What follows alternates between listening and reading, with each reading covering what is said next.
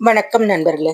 இன்றைய தலவரலாறா நம்ம பார்க்க இருக்கிறது மிகவும் பழமையான சோழர் கால கோயில்னு சொல்லப்படுற ஜம்புகேஸ்வரர் ஆலயத்துக்கு அருகில் அமைஞ்சிருக்கக்கூடிய பாலா திரிபுர சுந்தரி சமஸ்தானம். இது சமீப காலத்துல உருவாக்கப்பட்ட ஸ்ரீ வித்யா வழிபாட்டு தலம். இங்க பாத்தீங்கன்னா பால சுந்தரிக்காக ஒரு சிறிய சன்னதியா தொடங்கி பின்னர் படிப்படியா விரிவடைஞ்சு இன்னைக்கு இது பெரிய சமஸ்தானமா வளர்ந்துருக்குங்க. இந்த தலம் பாத்தீங்கன்னா கேளம்பாக்கத்துக்கு இருக்கு. திருப்போரூர் டு கேளம்பாக்கம் போற வழியில இந்த தலம் ஸ்ரீ வித்யா உபாசனைக்கு முக்கியத்துவம் கொடுக்கும் ஆலயம். இங்கு பாத்தீங்கன்னா அம்பிகை 3 நிலைகள்ல இருக்கிறது தான் இங்க தனி சிறப்பு. ஸ்ரீ பாலா திரிபுர சுந்தரி பாத்தீங்கன்னா குழந்தை வடிவம். ஸ்ரீ தரிணி திரிபுர சுந்தரி பாத்தீங்கன்னா கன்னிப்பருவ வடிவம். அதுக்கப்புறம் அன்னை லலிதா இப்படின்னு சொல்லிட்டு இவங்க 3 வடிவங்கள்ல இருக்கிறாங்க. அதுதான் முக்கியமானது. அம்மா பாத்தீங்கன்னா ஔஷத லலிதா மகா திரிபுர சுந்தரி, இவங்கதான் அன்னை. இந்த அமைப்பு தான் இந்த ஆலயத்தோட முக்கியமான சிறப்புல ஒன்றா குறிப்பிடப்படுது. பாலா திரிபுர சுந்தரி யாருன்னு உங்க எல்லாருக்குமே தெரிஞ்சிருக்கோங்க. ஸ்ரீ வித்யா சம்பிரதாயத்துல பாலா திரிபுர சுந்தரிங்கிறது லலிதா திரிபுர சுந்தரியின் குழந்தை வடிவம்னு கருதப்படுது. லலிதா மகா திரிபுர சுந்தரி பண்டாசுரர் தொடர்பான புராண கதையில பாலாதேவி பண்டாசுரனின் மகன்களோட போரிட்டு அவர்களை அழித்ததாக லலிதா சகஸ்வர நாமத்துல குறிப்பிடப்படுதுங்க. இதன் அடிப்படையில பாலாதேவி வீரமும் ஞானமும் அருளும் குழந்தை சக்தியாக இங்க வழிபடப்படுறாங்க. ஔஷத லலிதான்னு ஏன் அன்னைக்கு பேருன்னு கேட்டீங்கன்னா, இந்த ஆலயத்தோட மிகப்பெரிய தனிச்சிறப்பு பாத்தீங்கன்னா ஔஷத லலிதா மகா திரிபுர சுந்தரியின் மூலிகை திருமேனி தாங்க.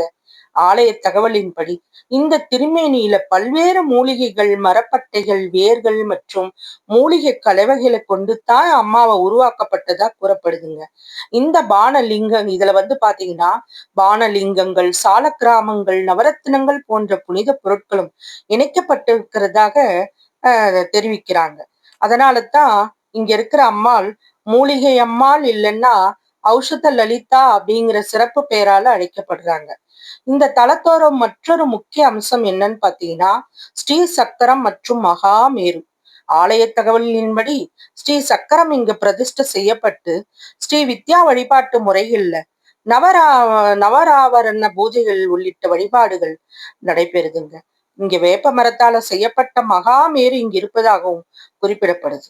இங்க பாத்தீங்கன்னா இன்னொரு சிறப்பு என்னன்னா இங்க பாலா திரிபுர சுந்தரி மட்டும் இல்லாம வராகி, ராஜ மாதங்கி, மகா கணபதி, காமேஸ்வரர், தசமகா வித்யா தேவிகள் உள்ளிட்ட பல்வேறு சன்னதிகளும் இங்க இருக்காங்க.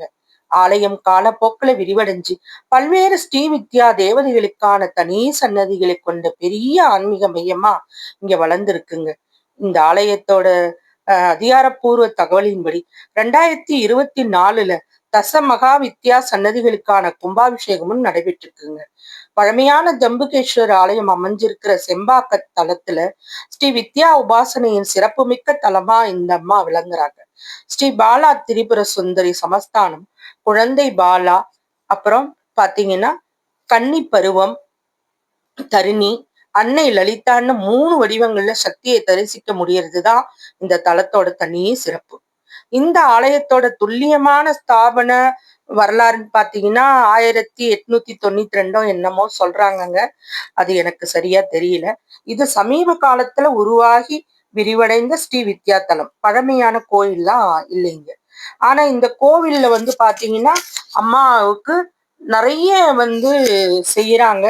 அவங்களும் நமக்கு நிறைய அருள்றாங்க. மாதந்தோறும் பௌர்ணமி தோறும் அபிஷேக அலங்கார ஆராதனை, நவ ஆவரண பூஜை, பாலா ஊஞ்சல் சேவை, அன்னதானம் எல்லாமே நடக்குதுங்க. இங்க பாத்தீங்கன்னா அவ்வளவு அழகா இருக்காங்கங்க அம்மா. லலிதாவும் அவ்வளவு அழகு, அவங்க அம்மா கருமேனின்னாலும் அந்த அம்மா அவ்வளோ சூப்பரா அழகா இன்னைக்கெல்லாம் பார்த்துக்கிட்டே இருக்கலாம் போல இருக்கு. அந்த மாதிரி இருக்காங்கங்க. போய் நமக்கும் அவங்களோட அருள் கிடைக்கணும் அப்படிங்கிறது வேண்டிக்கிறேன். உங்க எல்லாருக்கும் அந்த அன்னையோட அருள் இந்த வெள்ளிக்கிழமையில கிடைக்கட்டும். நன்றிங்க.